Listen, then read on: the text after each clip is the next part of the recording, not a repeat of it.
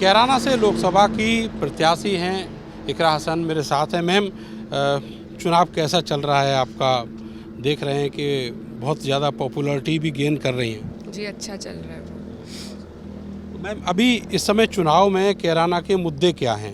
विकास के मुद्दे हैं, क्षेत्र के विकास के। गन्ने की बेल्ट है हमारे यहाँ, गन्ने के भुगतान का मुद्दा है और यहाँ पर महिलाओं के लिए शिक्षा का हमारे लिए एक मुद्दा है। तो यही मुद्दे हैं हमारे क्षेत्र मैम, में। जिस तरीके से पिछले वर्षों में कैराना को दाग लगाया गया, बीजेपी और बीजेपी हमेशा एजेंडा बनाती रही है 2022 के विधानसभा चुनाव में भी। आप क्या मानती हैं इसको? इससे हमारे क्षेत्र का बहुत नुकसान हुआ है, बदनामी हुई है। जो हमारे क्षेत्र की लोकेशन है दिल्ली से बहुत नज़दीक है और यहाँ पर बहुत सी इंडस्ट्रीज़ इन्वेस्ट कर सकती हैं, लेकिन क्योंकि बदनाम इतना कर दिया गया है तो इसलिए यहाँ पर अभी हमारा क्षेत्र पिछड़ा है। तो ये सारी देन भाजपा की ही है। मैम, 2018 में आपकी माँ जो थी वो जब चुनाव जीती थी गठबंधन से, उस समय राष्ट्रीय लोकदल भी साथ था, वो चुनाव चिन्ह भी था उनका। तो आज राष्ट्रीय लोकदल नहीं है, तो इससे कितना बड़ा अंतर आप मानती हैं?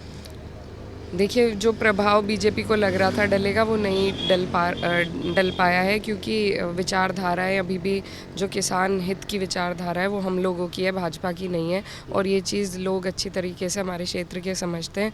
दलों का मेल हुआ है, दिलों का नहीं हुआ है और किसान वर्ग बड़ी तादाद में हमारे साथ है। जयंत चौधरी जो ऐन मौके पर चले गए, आप उनकी प्रत्याशी बनने वाली थी।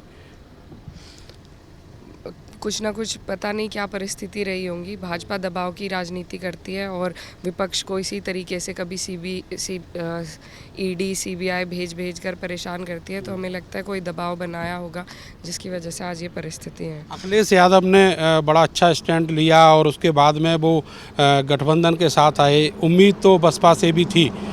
तो अब जो गणित है यहाँ पर, आपका जो चुनाव की जीत का गणित है वो क्या है? देखिए, गणित जनता गणित है हमारा और जनता सभी के समीकरण बिगाड़ेगी और बनाएगी। तो हमें पूरी उम्मीद है कि 36 बिरादरी में हमें समर्थन मिल रहा है और हमें उम्मीद है कि हम यहाँ से जीतेंगे। मैम, एक फैमिली और है जो आपकी ही खून के रिश्ते हैं, उस फैमिली से, गुर्जर समाज से ही है।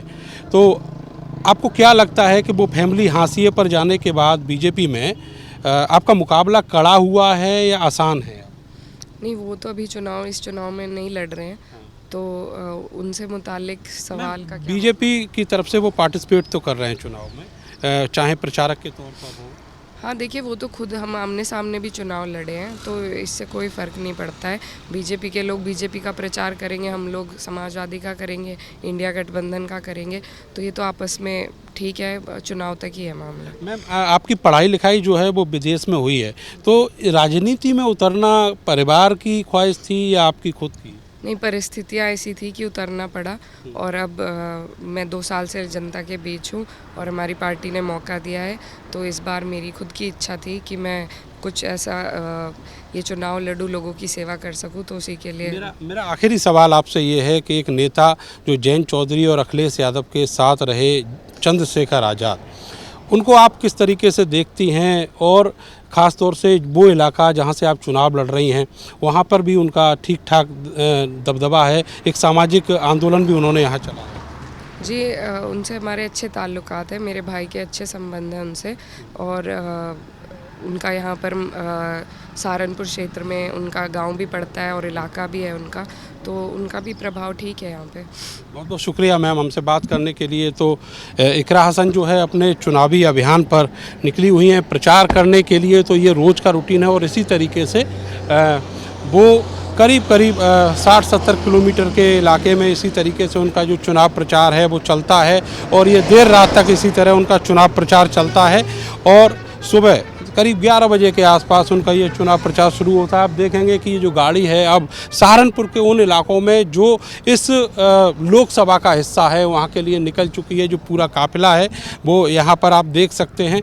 तो इकरा हसन पिछले कुछ दिनों से लगातार सुर्खियाँ बटोर रही हैं और पॉपुलैरिटी जो है उनकी सोशल मीडिया पर वो भी बहुत ज़्यादा है।